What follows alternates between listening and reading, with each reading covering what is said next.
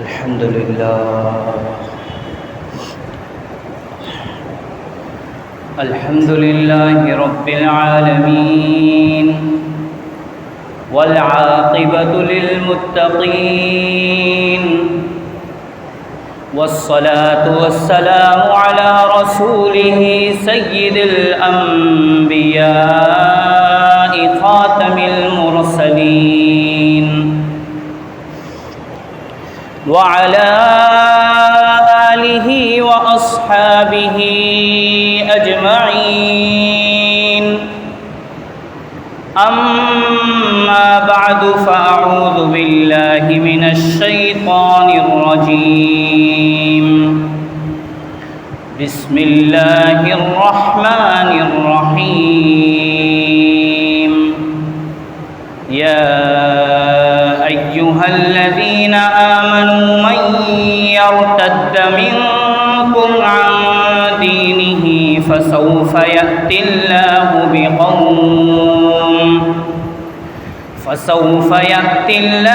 بقوم يحبهم ويحبونه أذلة على المؤمنين أعزة على الكافرين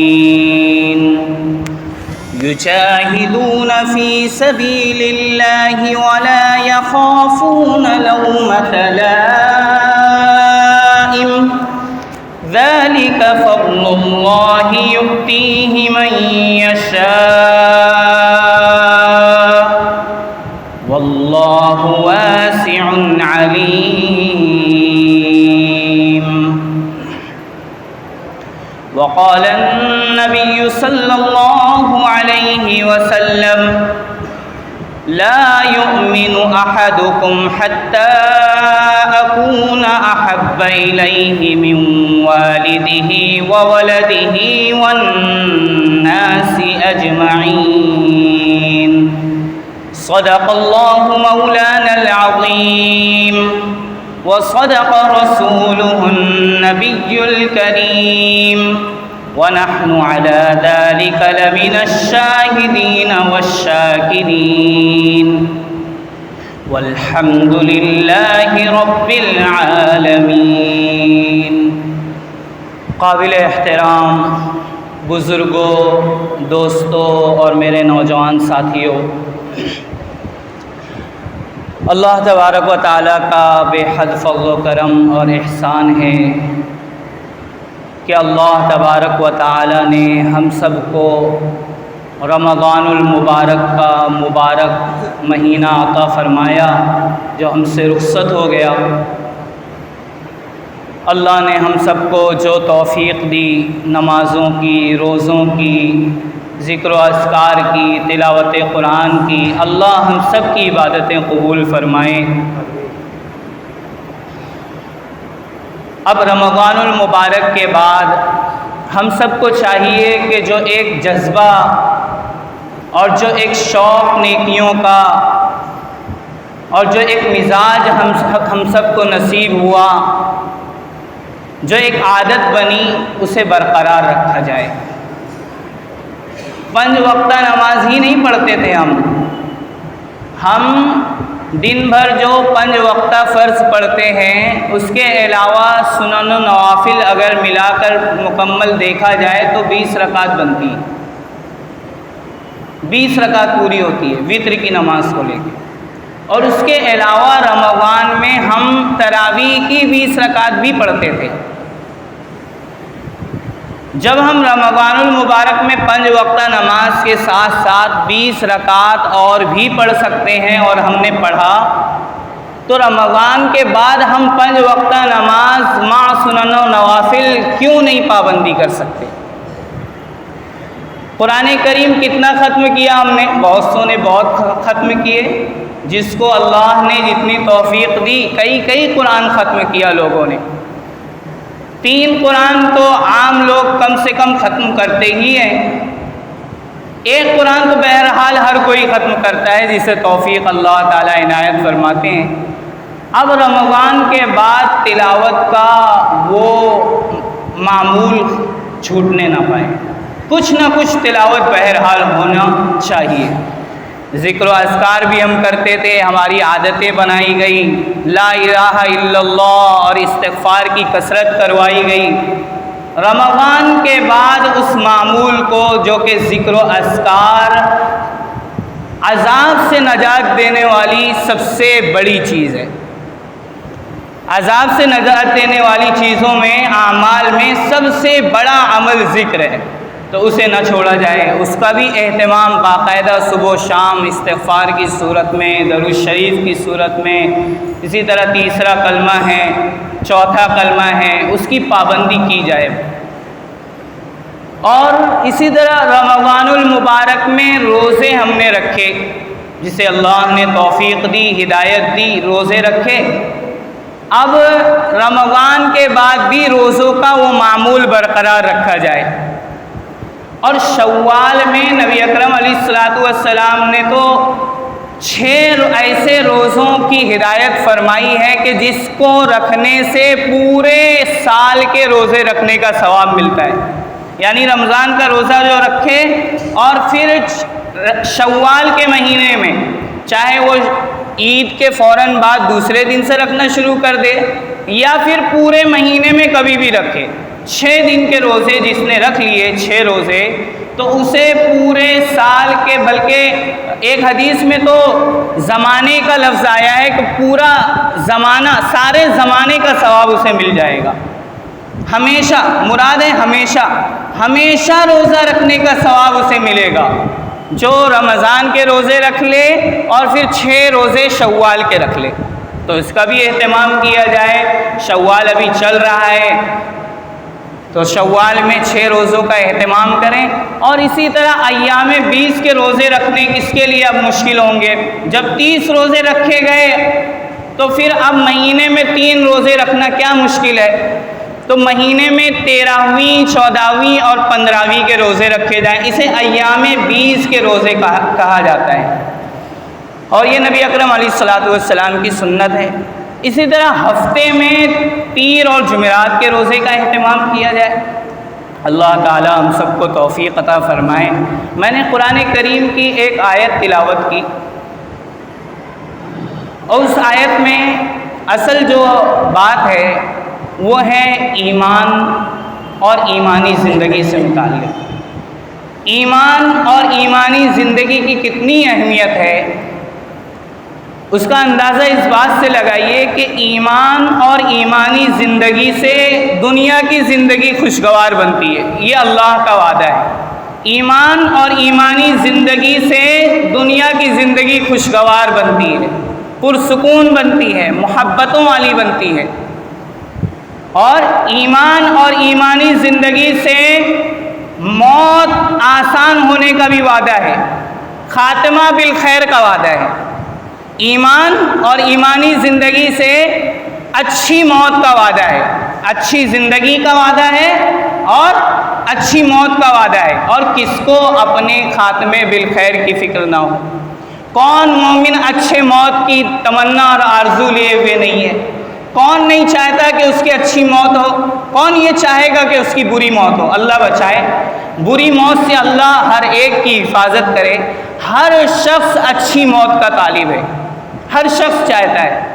ایمان اور ایمانی زندگی سے اچھی موت کا وعدہ ہے۔ ایمان اور ایمانی زندگی سے قبر کی راحتوں کا وعدہ ہے، قبر میں عذاب نہیں ہوگا، قبر میں جنت کی راحتیں اور آرام ملیں گے، جنت کی ٹھنڈی ہوائیں حاصل ہوں گی، قبر میں سوال کا جواب آسان ہوگا۔ ایمان اور ایمانی زندگی سے آسان حساب کی توفیق ہوگی، آسان حساب لیا جائے گا۔ اور ایمان اور ایمانی زندگی سے جنت کا داخلہ نصیب ہوگا، جہنم کی آگ سے چھٹکارا نصیب ہوگا۔ تو کتنی اہم چیز ہے ایمان اور ایمانی زندگی۔ فرمایا ان الذین کفروا وماتوا وهم کفار فلن يقبل من احدهم ملء الارض ذهبا ولو افتدى به اولئک لهم عذاب علیم وما لهم من ناصرین۔ کفر کتنی خطرناک چیز ہے کہ اگر کفر کی حالت میں موت آ جائے، اللہ بچائے، تو دنیا بھر کے سونا اور چاندی اگر کوئی شخص پیش کر دے کہ یہ لے لیا جائے اور آج کے دن ہمیں عذاب سے چھٹکارا دے دیا جائے، ایسا نہیں ہو سکتا، ایسا نہیں ہوگا، ناممکن ہے، امپاسبل۔ ہمیشہ کا عذاب ہوگا جو کفر کی حالت میں مرے گا۔ میں نے جو آیت پیش کی ہے وہ اسی ایمان کی اہمیت کے تعلق سے ہے، اور اللہ نے کہا ہے کہ جس طرح غیر مسلموں کی یہ ذمہ داری ہے، ان کے اوپر یہ فرض ہے کہ وہ اسلام قبول کریں، ہر غیر مسلم پر یہ فرض ہے کہ وہ اسلام قبول کرے، کیونکہ اللہ نے اپنے وجود کے دلائل پھیلا رکھے ہیں۔ غور کرنے پہ اللہ کے وجود کے دلائل سمجھ میں آتے ہیں۔ تو ہر غیر مسلم کو اللہ نے یہ ذمہ داری دے رکھی ہے کہ وہ غور کرے، اور مسلمانوں کو یہ ذمہ داری دے رکھی ہے کہ غیر مسلموں تک اسلام پہنچائیں، اور ہر غیر مسلموں تک اسلام پہنچ چکا ہے۔ ایک ہوتا ہے اسلام مذہب کے سچا ہونے کی تبلیغ، وہ تقریباً دعویٰ تو نہیں کیا جا سکتا، لیکن ہر غیر مسلم جانتا ہے کہ اسلام والوں کو اپنے اسلام مذہب کے سچا ہونے کا یقین ہے، اور وہ اس بات کا دعویٰ کرتے ہیں اور وہ تبلیغ بھی کرتے ہیں اور چاہتے ہیں کہ لوگ اس میں آئیں اور اپنے آپ کو جنت کے راستے پر لا کھڑا کریں۔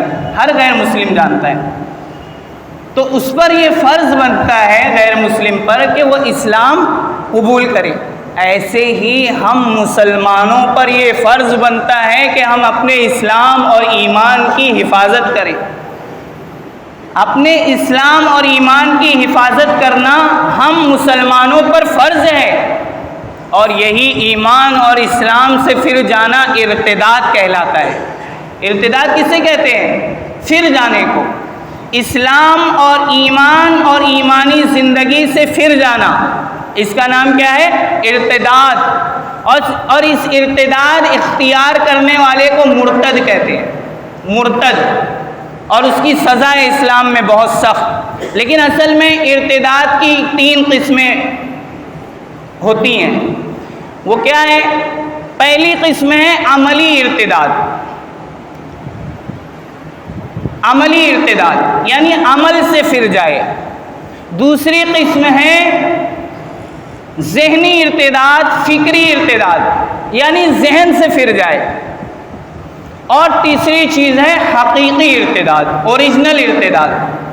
تو پہلی جو چیز ہے یعنی عملی ارتداد، یہ عملی ارتداد اصل میں یہ ہے کہ آدمی اعمال نہ کرے، توحید کو مانتا ہو، رسالت کو مانتا ہو، اللہ کے سچا ہونے کا یقین ہو، معبود ہونے کا یقین ہو، نبی اکرم علیہ الصلوۃ والسلام کے آخری نبی ہونے کا یقین ہو، اسلام کے سچا مذہب ہونے کا یقین ہو، اور آخرت کا بھی یقین ہو، لیکن نہ نماز پڑھتا ہو، نہ روزہ رکھتا ہو، رمضان کا روزہ بھی چھوڑ دیا، رمضان میں عبادت نہیں کیا، رمضان تک میں نمازیں نہیں پڑھی۔ بہت سے ایسے مسلم ہیں، بہت سارے ایسے مسلمان ہیں جو 360 کے ہوتے ہیں، جیسا کہ بتایا جاتا ہے نا، کچھ لوگ 8 کے ہوتے ہیں یعنی ہفتہ ہفتہ نماز پڑھتے ہیں، اور کچھ لوگ 360 کے ہوتے ہیں یعنی عید الفطر کی نماز پڑھتے ہیں،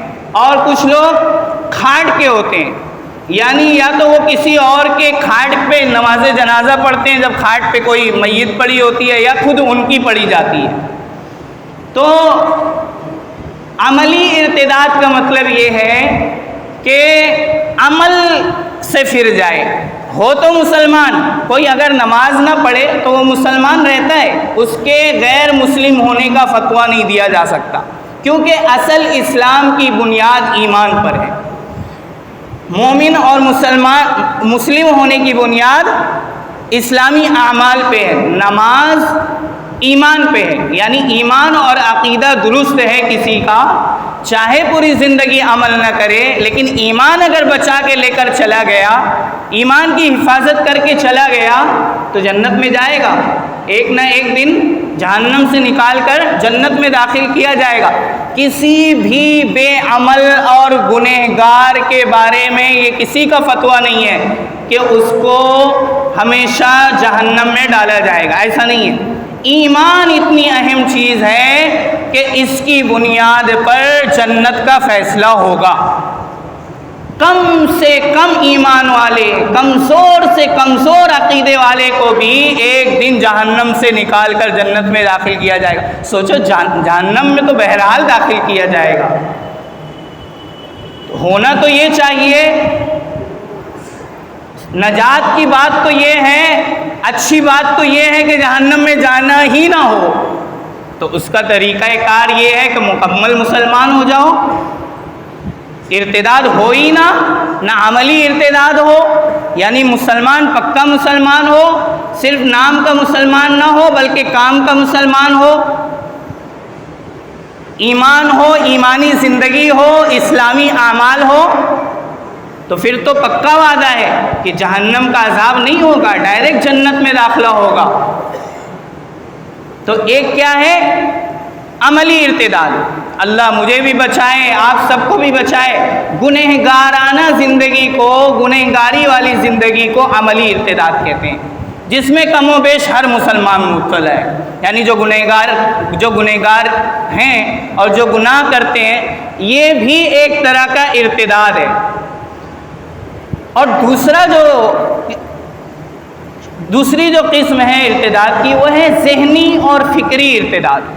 یہ اصل میں پڑھے لکھے لوگوں کو اس میں ابتلا ہوتا ہے، یعنی پڑھے لکھے لوگ ذہنی اور فکری ارتداد میں مبتلا ہیں زیادہ تر، کیونکہ جب پڑھ لکھ لیتے ہیں، کچھ سمجھ میں آنے لگتا ہے، اسلام کے احکام کی معلومات تھوڑی بہت ہوتی ہے، تو اب اس پر کچھ اعتراضات پیدا ہو جاتے ہیں، کچھ شکوک و شبہات پیدا ہو جاتے ہیں، اسلامی اور ایمانی اعمال پر اعتراض ہو جاتا ہے، شک پیدا ہو جاتا ہے، اور یہ اکثر کالج کے بچے اور اسٹوڈنٹس میں ہوتا ہے۔ جو پڑھے لکھے لوگ ہیں، پڑھا لکھا طبقہ ہے، ان کے اندر یہ ذہنی اور فکری ارتداد آتا ہے، ان کو اسلامی اعمال اچھے نہیں لگتے، اسلام سے پھرتے بھی نہیں مکمل طور پر، مسجدوں میں بھی کبھی کبھی آ جاتے ہیں، لیکن نماز سے بھی چڑ ہوتی ہے، علماء سے چڑ ہوتی ہے، مدرسوں سے چڑ ہوتی ہے، اور اسی طرح مدرسے کے بچوں سے چڑ ہوتی ہے، ان کے ذہن میں اسلام کے تعلق سے اطمینان نہیں ہوتا، بے اطمینانی کا شکار ہوتے ہیں، وسوسے کا شکار ہوتے ہیں۔ اس کا نام ہے ذہنی اور فکری ارتداد۔ اس میں بھی بہت سے لوگ مبتلا ہیں، اللہ تعالی ہم سب کی حفاظت فرمائیں، اور اسکول اور کالج کے بچے اور بچیوں کی حفاظت فرمائیں ذہنی اور فکری ارتداد سے۔ ذہنی اور فکری ارتداد کی ایک مثال یہ ہے کہ جیسے یہ کہا جاتا ہے، بچیاں کہتی ہیں، اگر کوئی باپردہ اور دیندار لڑکی جسے اللہ ہدایت عطا فرما دیں، وہ کسی اپنی سہیلی کو کہتی ہے کہ پردہ کیا کرو، تو جواب میں کہتی ہے کہ ابھی تو جوان ہوں، جب بوڑھی ہو جاؤں گی تو پردہ کروں گی۔ ایسی بہت ساری بچیاں ہیں، جیسے ہم نوجوان، بہت سارے نوجوان یہ کہتے ہیں، اور یہ فکری ارتداد پھیلا ہوا ہے، اور پھیلانے والوں نے پھیلایا ہے کہ داڑھی یہ بڑھاپے کی علامت ہے، داڑھی یہ بڑھاپے کا عمل ہے۔ نبی علیہ الصلوۃ والسلام کی سنت ہے، انبیاء کی سنت ہے، لیکن یہ بڑھاپے کی چیز ہے، یہ نوجوانی کی چیز نہیں۔ بہت سارے اسٹوڈنٹس اور نوجوان اس فکری ارتداد میں مبتلا ہیں، نہیں رکھتے، یہ بات سمجھا دی گئی ہے، وہ داڑھی رکھتے ہی نہیں، یا پھر فیشن والی رکھتے ہیں، بڑی ہونے ہی نہیں دیتے۔ حالانکہ نبی علیہ الصلوۃ والسلام کا کیا حکم ہے، کیا سنت ہے، بلکہ یہ جو سنت کہا جاتا ہے نا، داڑھی سنت ہے انبیاء کی اور نبی علیہ السلام کی، یہ وہ سنت نہیں ہے جو واجب کے مقابلے میں کہا جاتا ہے کہ یہ واجب ہے، یہ سنت ہے، نہیں، یہ تو طریقے کے معنی میں استعمال کیا جاتا ہے کہ داڑھی تمام انبیاء کا طریقہ رہا ہے، ادا رہی ہے۔ تو یہ اصل میں واجب ہے داڑھی رکھنا، اور اس وقت سے واجب ہے جس وقت سے بلوغت ہوتی ہے۔ بال آنے شروع ہو گئے، اب اس کو کاٹنا حرام۔ یہ بڑھاپے کی سنت تھوڑی نہ ہے، لیکن یہ ذہنی ارتداد پھیلا دیا گیا، بہت سارے لوگ اس ارتداد میں مبتلا ہیں۔ ایک ہے اوریجنل ارتداد اور وہ ہے خطرناک ارتداد۔ حضرت ابوبکر صدیق رضی اللہ عنہ کے زمانے میں تینوں قسم کے ارتداد پھیلے ہوئے تھے۔ دو قسم کے ارتداد تو بہرحال تھے، کیا؟ عملی ارتداد، زکوٰۃ دینے سے انکار کر دیا تھا نبی علیہ السلام کی وفات کے بعد۔ تو آپ نے فرمایا تھا کہ اگر کسی نے اونٹ کی رسی دینے سے بھی انکار کیا ہے، کوئی کرے گا اگر انکار، تو میں اس کے خلاف جہاد کروں گا، میں خاموش نہیں رہوں گا۔ اَيَنْقُصُ الدِّينُ وَأَنَا حَيٌّ، میرے رہتے ہوئے، میرے زندہ رہتے ہوئے دین میں کمی ہو جائے، کوئی مرتد ہو جائے، کوئی ارتداد کا شکار ہو جائے، یہ میری غیرت نہیں برداشت کرے گی۔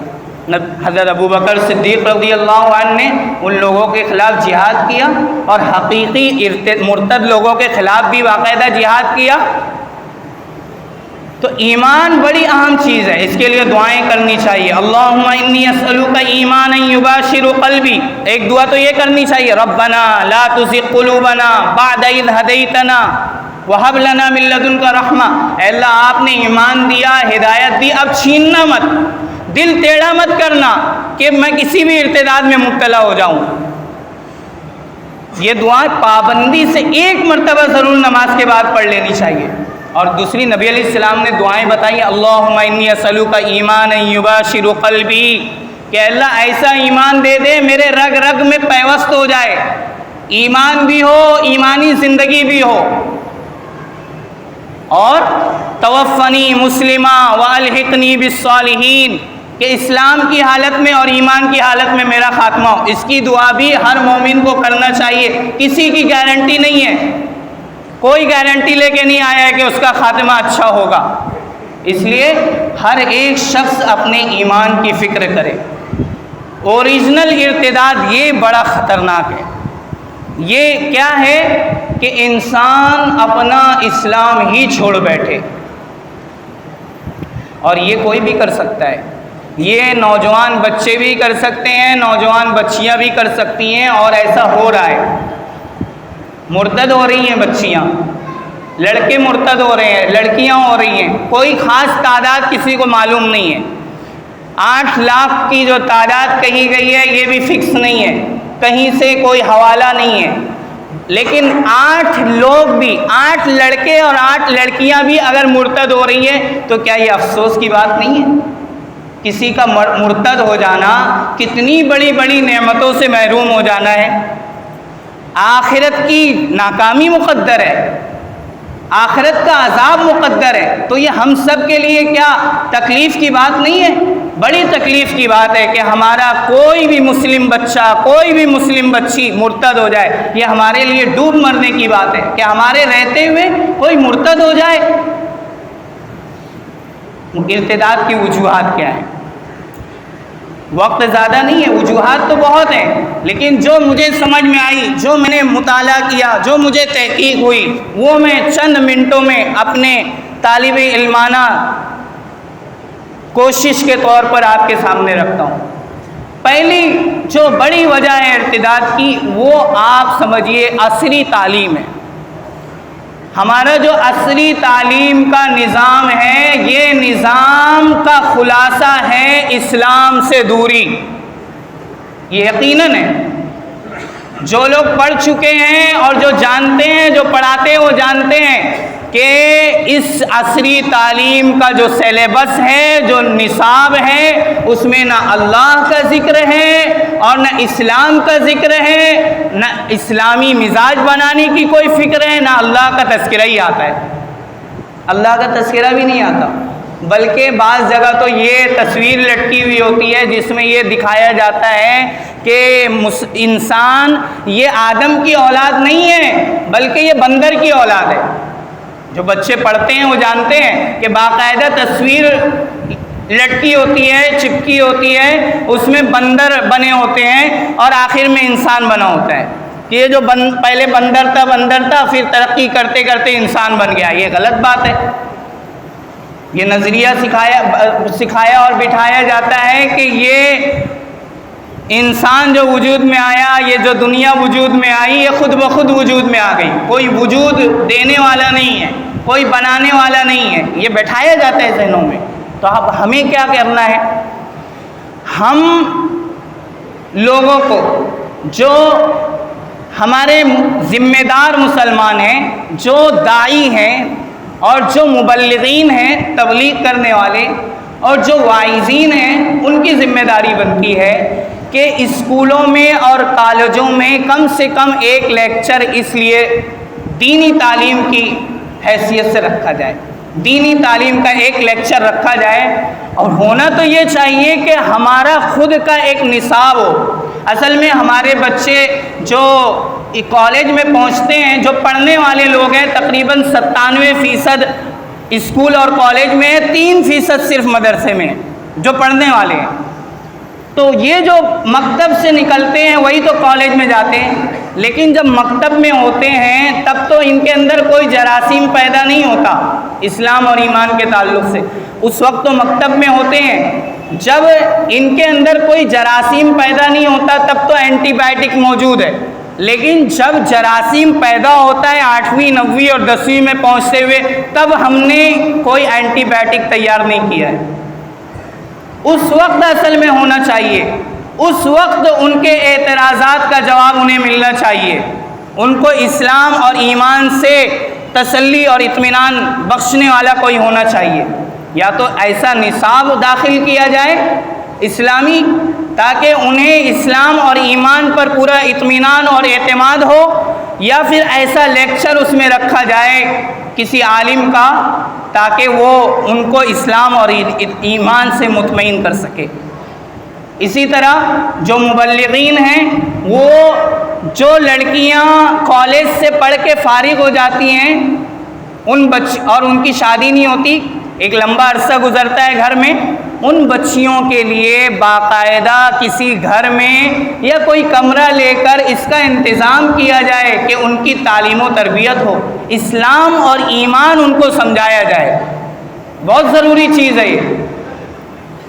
تو جو مبلغین ہیں ان کی ذمہ داری بنتی ہے، جو ذمہ دار حضرات ہیں، ہر علاقے میں، ہر محلے میں اس کا ایک نظام بنایا جائے۔ اور میں مسجد کے ذمہ داروں سے کہتا ہوں، اور بڑے بڑے علماء کہہ رہے ہیں کہ ایک حصہ ان کے لیے رکھا جائے، ایک کمرہ، ایک کوئی خصوصی جگہ پردے کے ساتھ ان کے لیے رکھی جائے، جس میں وہ آ کر بیٹھ کر جمعہ کا بیان یا اس کے علاوہ دوسرے بیانات کیے جائیں اور ان کو سنایا جائے۔ یہ کوششیں ہونی چاہیے، اور خاص طور پر اسکول میں 2 باتیں تو ضرور رکھی جائیں، بار بار ان کے ذہنوں میں، اسکول اور کالج کے بچوں اور بچیوں کے ذہنوں میں یہ بٹھایا جائے کہ یہ جو کچھ آپ کا وجود ہے یہ سب اللہ کا دیا ہوا ہے، اس کا تذکرہ نہیں ہوتا ہے اسکولوں میں۔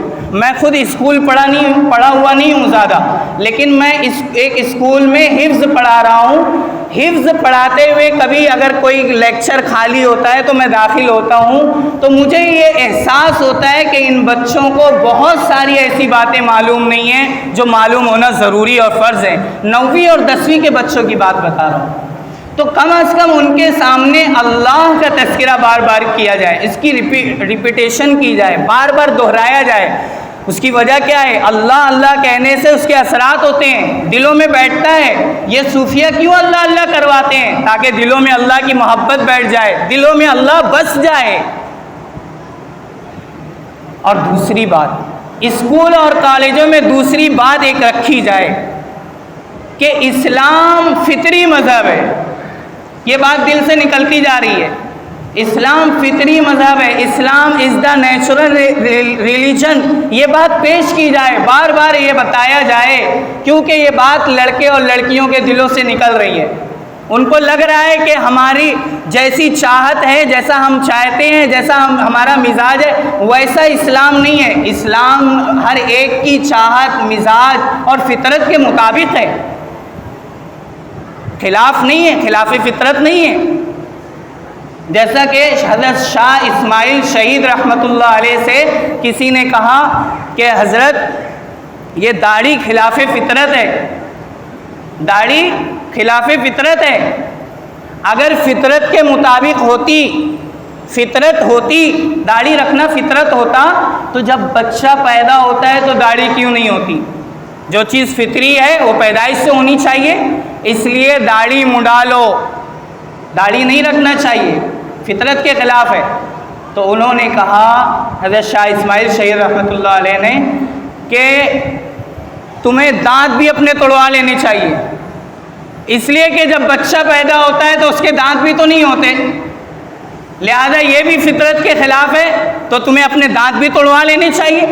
مولانا اشرف علی تھانوی رحمۃ اللہ علیہ نے جب یہ بات سنی تو آپ نے فرمایا بڑا دندان شکن جواب دیا، یعنی دانت توڑ دینے والا جواب دیا، یعنی اس میں دانت توڑنے کا بھی ذکر ہے، اور یہ کہا جاتا ہے خاموش جواب جب ہو، ایسا جواب ہو جو خاموش کر دینے والا ہو تو کہا جاتا ہے بڑا دندان شکن جواب دیا۔ تو جو اوریجنل ارتداد ہے یہ ہماری مسلم بچیوں میں پھیل رہا ہے، اس کے لیے ہمیں اپنے اسکول اور کالج میں نصاب تو اسلامی بنانا ہی چاہیے، اور ان کو فکری ارتداد سے بچانے کے لیے اسلام فطری مذہب ہے یہ بات سمجھانا چاہیے، لیکن جو اوریجنل ارتداد پھیل رہا ہے اس کے لیے ہمیں یہ نظام ضرور بنانا چاہیے جو میں نے بتایا کہ انہیں ایمان اور اسلام کی اہمیت پہنچائی جائے، اور اس کا طریقہ کار میں نے بتا دیا۔ اور دوسرا جو بڑی وجہ ارتداد پھیلنے کی ہے وہ ہے تاخیر سے شادی، دیر سے شادی۔ اور اس کی وجہ کیا ہوئی؟ اس کی وجہ ہوئی ہم نوجوان لوگوں کا مزاج شادی کرنے میں، ہم کیسی لڑکیوں کا انتخاب کر رہے ہیں۔ نوجوان لوگ جاب والی لڑکیوں کا انتخاب کرتے ہیں، جہیز کا مطالبہ کرتے ہیں، تو پھر کیا کریں گی بچیاں؟ پھر اس کی وجہ سے شادی میں تاخیر ہوتی ہے اور پھر یہ ارتداد کا شکار ہوتی ہیں، پھر یہ غیر مسلم کے ہاتھ لگتی ہیں اور پھر وہ ایکسیپٹ کر لیتی ہیں، اور بہت ساری وجوہات ہیں۔ مخلوط نظام تعلیم آپ دیکھ لو، اسلامی اسکول ہونے کا بھی جن اسکولوں اور کالجوں کا دعویٰ ہے کہ ہمارا اسکول اسلامی ہے، وہاں خود غیر اسلامی طریقہ کار موجود ہے۔ کیا؟ شروع سے بچے اور بچیوں کو ساتھ میں بٹھایا جاتا ہے، اس کو کہتے ہیں کو ایجوکیشن، یعنی مخلوط نظام تعلیم، لڑکے اور لڑکیوں کو ساتھ میں جو بٹھایا جاتا ہے شروع سے، اکثر اسکولوں کا یہ رواج ہے۔ اور آگے بڑھتے بڑھتے جب بچوں میں شعور آتا ہے تو اللہ نے لڑکے اور لڑکیوں میں، مرد و عورت میں ایک دوسرے کی کشش رکھی ہے، دوستیاں ہوتی ہیں، پھر مذہب نہیں دیکھتے بچے، وہ اپنے جذبات اور اپنی خواہشات پوری کرنے کے لیے مذہب نہیں دیکھ پاتے، بلکہ وہ اسے بھی پار کر جاتے ہیں، یہ بھی ایک بڑی وجہ ہے۔ تو ہم سب کو یہ ہماری ذمہ داری بنتی ہے کہ ہم اپنے معاشرے کو ارتداد سے بچانے کی فکر کریں۔ جہیز کی رسم، اگر نوجوان یہ طے کر لیں کہ ہمیں اللہ نے قوام بنایا ہے، ذمہ دار بنایا ہے، الرجال قوامون علی النساء، خرچ کرنے والا کس کو بنایا گیا؟ مرد کو، لیکن مرد یہ سوچتا ہے کہ جہیز تو ایک بار لیا جاتا ہے، لیکن چلو ایسا کوئی پلان بنایا جائے کہ مہینہ وار اور منتھلی کوئی جہیز کا نظام بن جائے۔ انہوں نے کیا کیا؟ تعلیم یافتہ لڑکیوں کو جاب والی لڑکیوں سے شادی کرنا شروع کر دیا۔ جہیز کی رسم یہ اسلامی نہیں ہے، غیر اسلامی ہے، بارات اسلامی نہیں ہے، یہ سب بلا وجہ کے خرچے ہیں۔ تو ہم نوجوان لوگ، ہمارے نوجوان ساتھی اگر دیندار لڑکی کو ترجیح دیں تو بتاؤ کوئی لڑکی بہت زیادہ اعلیٰ عصری تعلیم حاصل کرنے کی کوشش کرے گی، جاب کرے گی؟ تو اصل چیز یہ ہے کہ ہم نوجوان ساتھیوں کو، نوجوان لڑکوں کو دیندار لڑکیوں کو ترجیح دینا چاہیے، پھر وہ دینداری حاصل کرنے کی کوشش کرے گی، دینی تعلیم حاصل کرنے کی کوشش کرے گی اور اسی کو کافی سمجھے گی۔ تو یہ ہماری بڑی ذمہ داری بن گئی ہے اس وقت کہ ہمارا کوئی محلہ، کوئی علاقہ، اس کے اندر یہ نحوست نہ آنے پائے۔ اس کے لیے اپنے طور پر کچھ نہ کچھ کوشش ضرور کی جائے۔ اپنے طور پر کوشش کیا ہے؟ اپنے گھر میں خود نظام بنا لو، کتاب پڑھنے کا نظام بنا لو۔ اسی طرح علماء کو بلاؤ گھر گھر، جہاں گنجائش ہو وہاں بڑے گھر میں بلا کے محلے کی عورتوں کو جوڑ کے یہ ضرور کرنا پڑے گا۔ اگر آج آپ نے نہیں کیا تو آئندہ ارتداد پھیلنے کا بڑا قوی اندیشہ ہے اور بڑے پیمانے پہ پھیلے گا، اور یہ خطرہ ہے کہ یہ ہمارے گھر تک نہ پہنچ جائے، اللہ بچائے۔ کسی کے بارے میں نہیں کہا جا سکتا، یہ باقاعدہ پلاننگ کے تحت چل رہا ہے۔ دوستیاں موبائل کے ذریعے سے کتنا عام ہے۔ ہم جب اپنے آپ کو نہیں بچا پا رہے ہیں، اس لت میں مبتلا ہیں، تو اپنے بچوں کو کیسے بچا پاؤ گے؟ اس کا متبادل پیش کرنا پڑے گا۔ پہلے اپنے آپ کو بچاؤ موبائل سے، دوسرے دینی شوق پیدا کرو، قرآن کی تلاوت کا شوق پیدا کرو۔ بچے اور بچیاں جو دیکھتے ہیں وہی کرتے ہیں۔ آج واٹس ایپ، فیس بک اور انسٹاگرام کے ذریعے جو دوستیاں لگ رہی ہیں اور جو